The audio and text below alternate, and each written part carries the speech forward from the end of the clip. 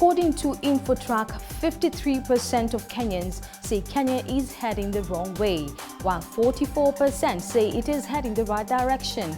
But where does the truth lie in this particular matter?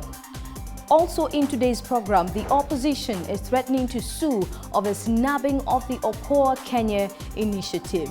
This and much more other topics we'll be looking at in today's program, Politically Correct. My name is Leangari. Now with me in studio is Mwendani Franklin, who is a lawyer and a public policy expert. Now Franklin is also an advocate of the High Court, and you may already know him. He's a governance and public consultant who is running, of course, for MP for Roy Sambu constituency and once served as a civic leader. Thank you so much for coming, Franklin. Thank you very much. It's good to see you. How have you been? I'm all fine, Ms. Ngari. Have you been? I've been well. Glad to see you here. We have quite a number of issues to talk about today. I like your dress. Let me start there. I like your dress. The red looks like it's a design. It was intentional. Like it was, but you're good, you're good. Okay, thank you so much. Well, I just want us to start by looking at the Jubilee development. Just the other day, the opposition leader, Raila Odinga, was slamming the development progress that was said to be taking place in regards to the Jubilee coalition. And we want to look at some of those issues. Where is development really visible when it comes to the progress that Jubilee says it has brought to our nation? So we'll just look at the manifesto. We'll look at some of the pillars. The first pillar we will look at is that of the Jubilee coalition in terms of unity and assisting the IDPs to be resettled. What would you say about this development track? Thank you, Leah. Let me say that Jubilee as a government from 2007, that is after the post-election violence, so many Kenyans were displaced. Close to 20,000 families were displaced. And it has not been an easy walk. We have seen regimes after regime. We had the Kibaki regime that tried to do a few of the things. We have seen the ICC come on board and trying to give a voice to the IDPs. But I would say for the Jubilee government since 2013, there has been remarkable progress in trying to resettle the IDPs. For instance, just last month, I'm aware the Deputy President issued a 1 billion check, which to him and to the Jubilee government should be the last batch, in terms of support to those families that are still in the camps. And he actually went on and gave an order that let the devolved, Ministry of Devolution proceed and close those camps, because as a government, they are sure that that is the last bit of people that were displaced and that are still in the camps. So for me, I'll say in terms of the first pillar of the manifesto, Jubilee is actually performing. What are the other areas? Let's move away from the IDPs. In regards to the first pillar, what are the issues that are very visible we can say that Jubilee has actually done and brought about a lot of development? There's one point, before we get to the development in terms of tangibles, let me say in terms of, aligning the fabric of politics in this nation. For the last several weeks and months, the two principals, the Hichi and the Deputy Hichi, they've been very clear that they want all the parties in the Jubilee coalition to merge. And the backdrop of that is to unify the nation and eliminate the tribal enclaves that are formed by small parties. I'm partially a member of APK and still working towards the merger. APK is the Karaito Land Alliance Party of Kenya.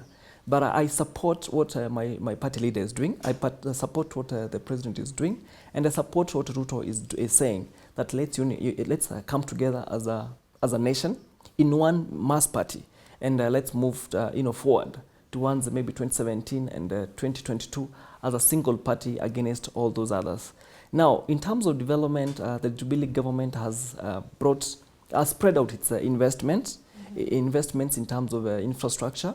We have seen the president camp in the Nyanza region, providing infrastructural development in areas that were, everyone thought that he could not go in. We have seen him go to Nyanza. What are some of these areas? We need to hear exactly which areas, instead of giving a general view.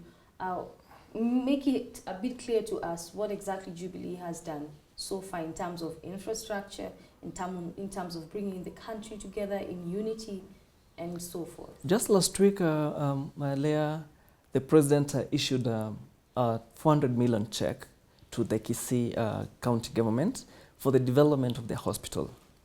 Just the other day, he was in Mumias, where he issued a 1 billion check to make sure that Mumias factory, the sugar factory, comes back on track. And if you were to go to the coast region where the president camped for so long, and people thought he was on holiday, and the perception of Kenyans really disappointed me at that particular time, because Mombasa and the coastal region is still in Kenya. And when the president was there, he issued, he made a record that has not been done before in terms of issuing title deeds, in terms of opening the ports, in terms of signing contracts to support infrastructure growth, new roads, the road that comes from Moi International Airport, linking it to the town center, expanding the port.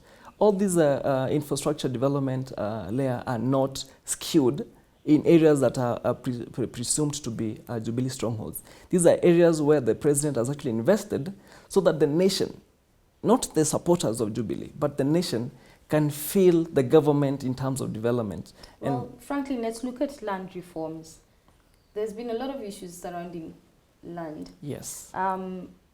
What developments has Jubilee brought forth in relation to issues pertaining land in Kenya? As a lawyer, I would say that the legislation around land has really brought gains, has consolidated the gains that we have made in several small strides for the last several years. Some of these gains are having the land commission, which now there's also land commission. We also have a digitalization of the registries, the land registries. We have seen the government going out and issuing 200,000 checks, title deeds. This has not happened before. Kenyans have been holding land as quotas. The government itself has stepped out of its way and asked individuals to donate and cede land that they have held in terms of in large numbers or in mass, and maybe disfranchise the communities. We have seen the president himself give family land to the people in Taita Taveta. I'm not saying that his action to the people of Taveta is actually a government initiative, but I'm saying those are some of the goodwill that the government has enjoyed from the public in terms of answering or rather responding to the land question. So basically you're telling us that all the issues that the opposition is bringing up, they're not valid, because it appears as though the Jubilee government has done a lot in relation to its manifesto. Is that really true? Because the opposition has come out very strongly in the past and even this week saying there's nothing really the Jubilee government has done in terms of development, that they have to show for what they're speaking. No, the opposition has every right to speak as they are speaking. After all, they're in the opposition. And there's no one time, Leah, that the government will ever score 100% where there is an opposition. The role of the opposition has always been to check how the government performs. And I would say in terms of CORD and their initiatives, including OKOA initiative, they're doing the right thing. But that does not prevent the government from moving forward. It does not prevent the government from executing their manifesto, or rather the aspirations of Kenyans as they had pledged in the last election.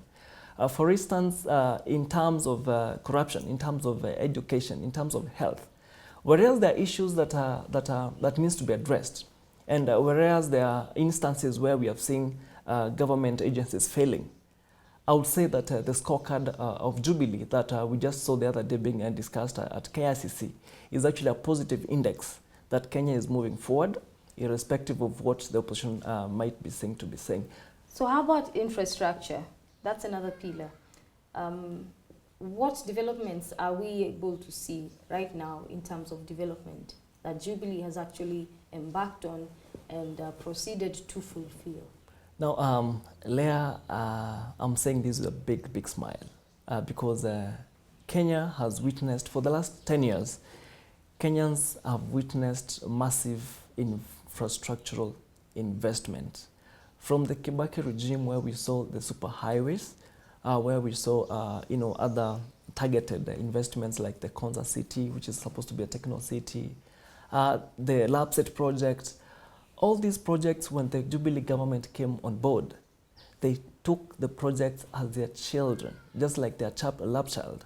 And they have been able to invest with similar zest and energy. We have seen the president launching the SGR, the Standard Gauge Railway. If the Jubilee government was to go sluggish on some of this infrastructural development, then the economic growth will slow down, will come down. But with continual support and with what the Chinese are doing in Kenya, with what the World Bank is doing in Kenya, with what the international community is actually pledging to do in Kenya, we can tell that the world itself is appreciating the initiatives that this government is doing. To me, I give Jubilee government a 7 out of 10 as a score in terms of development. If we were to look, if Leah, you give me 1 more minute on that one issue, and ask this question, that what has been the impact of Thika Road in opening up the northern districts of Nairobi? What has been the impact of the bypass in opening up the link between Mombasa Road and the southern areas of Nairobi? If that impact has been significant in terms of land economics, in terms of value to land, in terms of access to business, in terms of access to industrial areas and production zones, then I would say what the government is doing is right. Remember, we're also investing big. I'm saying we, because I want really to support this government in what it's doing. Remember, we are investing big in energy, in the energy sector. Olkaria, every other time, Olkaria has been opening new plants. Ketraco has been out there.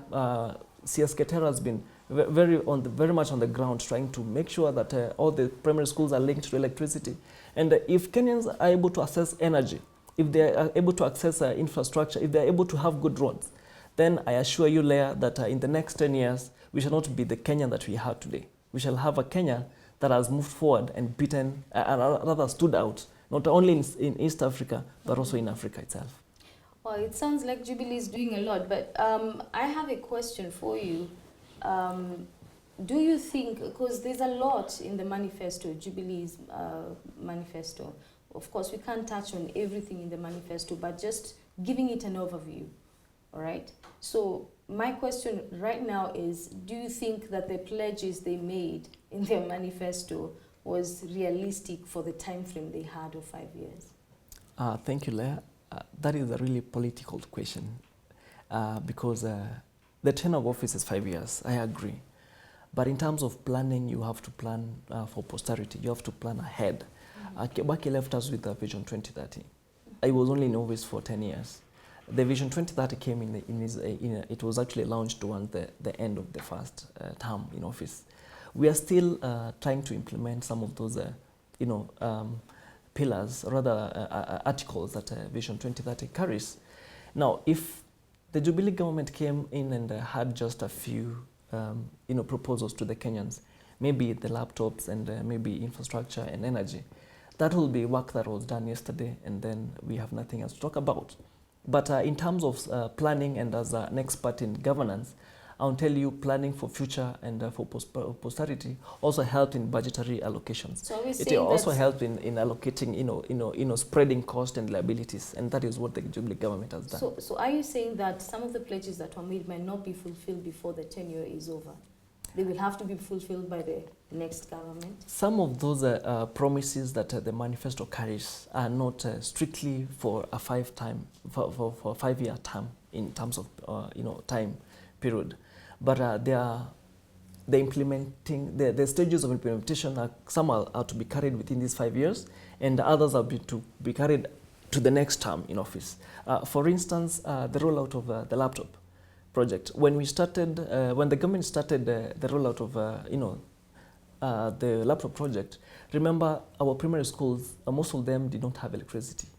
That now is being handled. That is phase 1. The second phase maybe we'll talk about is building infrastructure to house the laptop, as a facility. laptop labs in the schools, maybe training, personnel. That will be the second phase. And maybe the last phase now will be the actual implementation on the ground. That might not happen maybe in 2 months or 3 months within this year, but it's bound to happen. And when it finally happens, I'm sure Kenyans will appreciate the efforts that the government has put and then the manner of planning that has gone into it. All right, viewer, thank you so much for keeping it politically correct here on TV Cosmopolitan. Remember, you can send in your views and your comments to the number 0774455. You can also follow us on Twitter, and the Twitter handle is Ngare Lea. That's Ngare Lea. Just send in your views and comments. Let us know what you think about today's topic. Let us know what you feel that the Jubilee government should do. What are your thoughts about the development of the Jubilee government? We're hearing from Franklin. He's very optimistic about how the government is faring on. And of course now we'll just take a short break, and when we get back we ask very hard questions.